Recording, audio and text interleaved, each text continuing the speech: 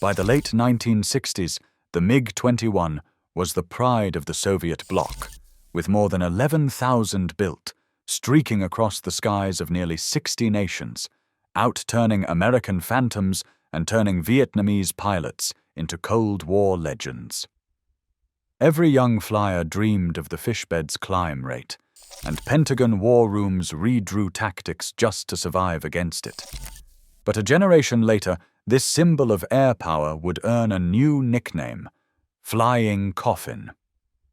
How did the interceptor that once bested the West become notorious for killing its own pilots in peacetime? The true cost of the MiG-21's myth begins with what happened next. India's Air Force once boasted the world's second-largest MiG-21 fleet, 874 Fishbeds in total, the backbone of a nation's air defense. By the mid-1970s, those numbers hid a growing catastrophe. Over 400 MiG-21s crashed between 1970 and 1990. More than 200 pilots lost their lives, not in combat, but in peacetime training and routine flights.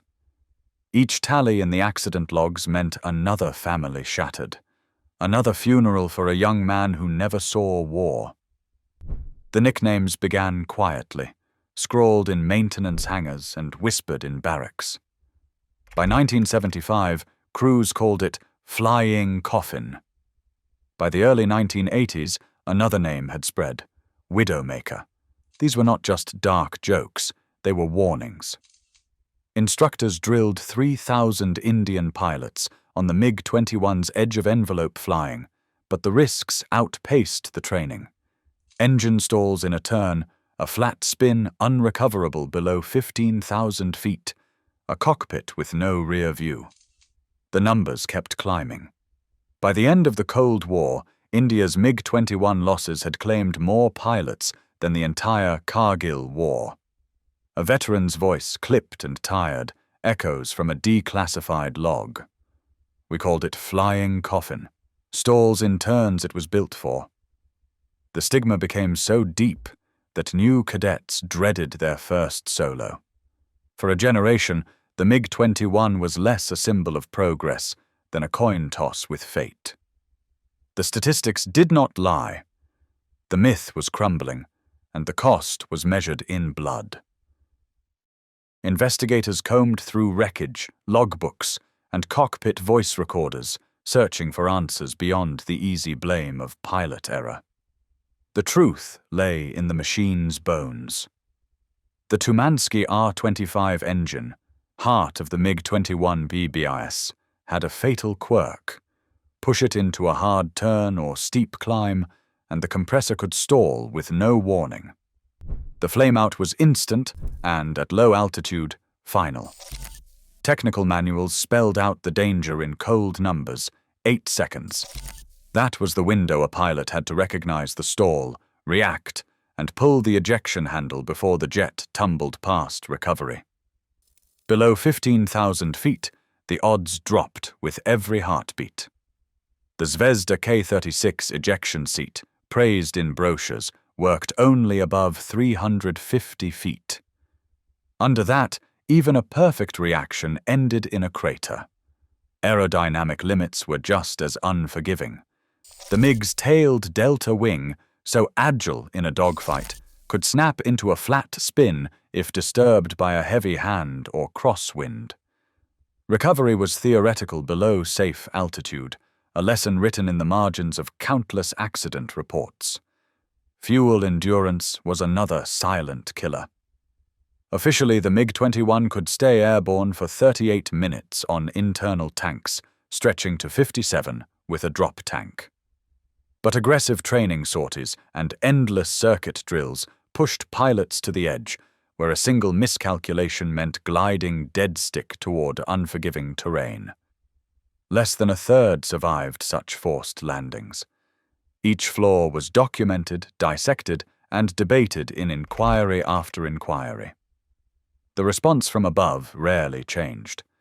It was another round of upgrades, new radars, or avionics packages, but never retirement. The airframe's core dangers were left untouched, even as the Bison program promised a technological fix. The machine's legend endured, but the evidence in the files told a story of institutional denial, where design compromises and engineering pride counted for more than the lives at stake. June 9, 1982. Syrian MiG-21 fighters scramble over the Bekaa Valley, radios alive with desperate calls. Within minutes, Israeli F-15 and F-16 fighters, guided by E-2C Hawkeye AWACS, begin their assault. On that first day alone, 26 Syrian jets are shot down. Many never see their attackers. By the end of June 11th, the tally stands at 82 Syrian aircraft destroyed, 44 of them MiG-21 fighters. Not a single Israeli jet was lost in air-to-air combat. After-action reports from Israeli squadrons read like firing range logs. Splash 1, Splash 2, Splash 3. HUD tapes show missiles launched from beyond visual range, Syrian pilots barely reacting before their radars go dark.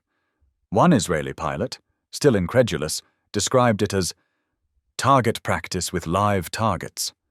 Another said, "They turned and ran, or just ejected before the fight even started."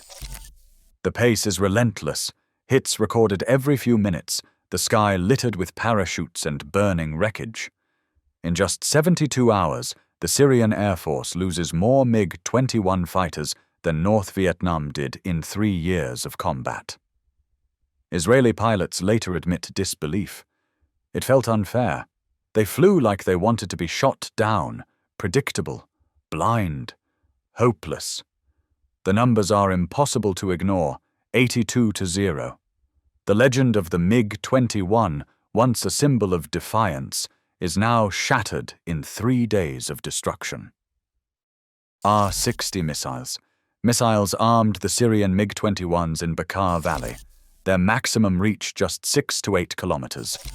Across the sky, Israeli F-15s and F-16s fired Python 3 and AIM-9L Sidewinders, missiles that could lock on from more than 15 kilometers, with all-aspect seekers tracking even head-on targets.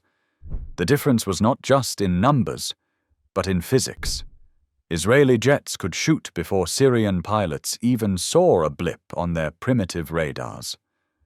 AWACS circling overhead stitched the air picture together, calling out vectors and threats, while Syrian ground controllers relied on outdated, jammed signals. The MiG-21's radar, built for short-range intercepts, was blind beyond 10 kilometers and nearly useless in the electronic storm. Pilots in the cockpit faced a cruel math.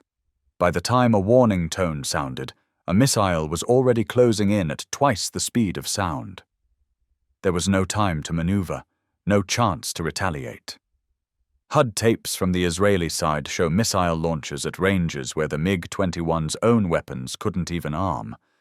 The gap was not only technological, but doctrinal.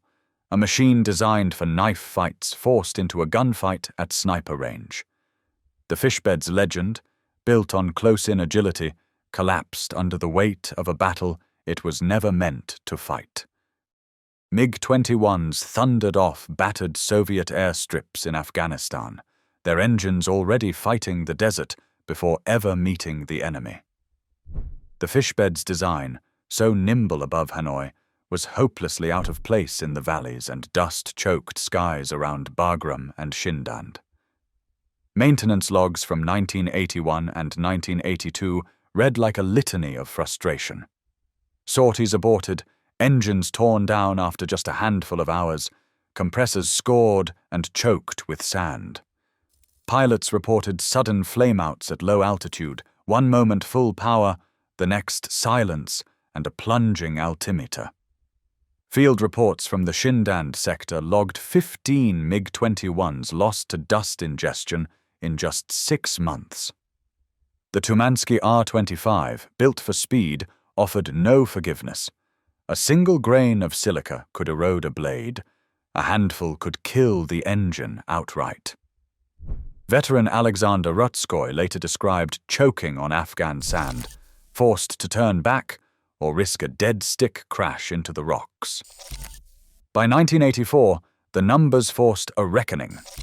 The MiG-21, with its 45-minute fuel limit and intolerant engine, was pulled from close air support. The Su-25, purpose-built for ground attack with dust filters and longer loiter time, took its place. The legend that once soared above Vietnam died in the dust of Afghanistan, undone by an environment its designers never imagined. Official records from the Mikoyan Design Bureau rarely left room for doubt or debate.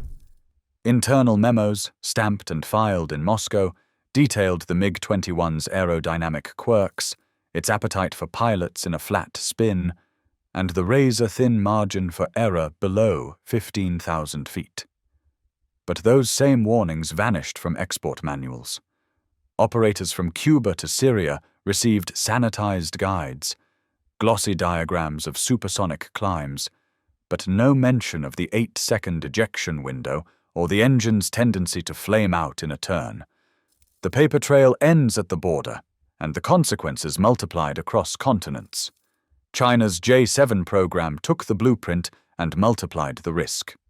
Over 2,400 fighters rolled out of Shenyang and Chengdu factories from 1966 to 2013, each one a near copy of the Soviet original. Crash rates echoed the same pattern: abrupt stalls, fatal spins, pilots lost in training and patrol. Export secrecy became a global hazard. Air forces from Africa to the Middle East logged accident after accident, with little recourse and no admission from the source. The MiG-21's reputation as a killer was not just an Indian tragedy or a Syrian defeat. It was a worldwide epidemic, engineered by omission and spread by the politics of prestige. The silence from Moscow, and later Beijing, left a legacy measured in funerals and shattered trust, long after the last Fishbed left the assembly line. Even today, dozens of MiG-21s remain in front-line service, despite more than 400 Indian pilots lost in peacetime alone. When myths outlive the evidence, denial becomes policy. The real danger is not obsolete metal. It is institutions willing to gamble lives for legend. What else have we chosen not to see?